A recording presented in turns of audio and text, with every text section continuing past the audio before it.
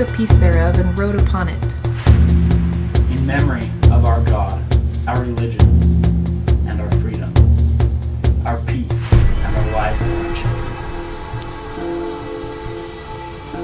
And he fastened on his headplate, and his breastplate, and his shields, and girded on his armor about his loins. And he took the pole, which had on the end thereof his rent coat, and he called it the title of liberty. And he bowed himself to the earth, and he prayed mightily unto his God for the blessings of liberty to rest upon his brethren, so long as there should a band of Christians remain to possess the land.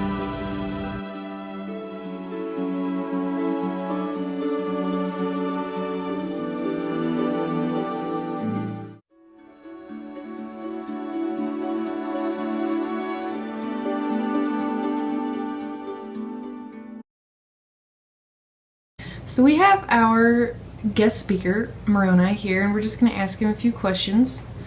Moroni, what was the situation of your country like during your lifetime?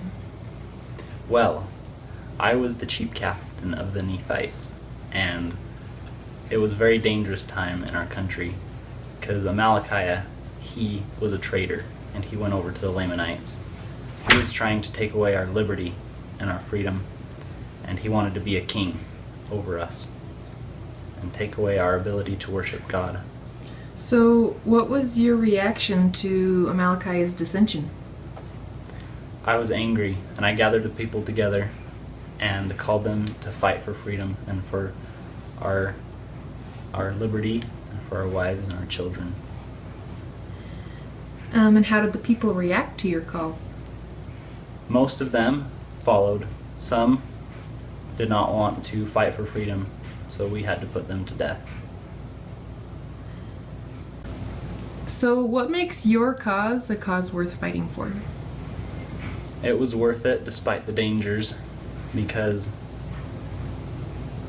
the only happy way to live is with freedom and being able to worship God according to the dictates of our conscience and to have your families safe. That's why it was worth it.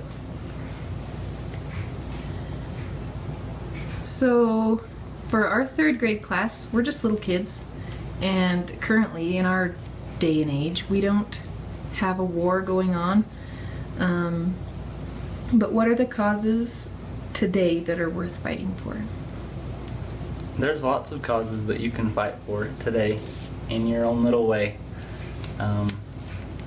You can be a good example to your friends of how to follow Jesus by being honest and by being kind to each other and by helping out in your family so that there can be the Holy Ghost there. And when we do that, we're strengthening our fortifications against Satan, because he wants to tear us down. But if we do those little things and we study our scriptures and pray, then we will be strong against Satan and we'll be able to be happy in this life. Thank you, Moroni.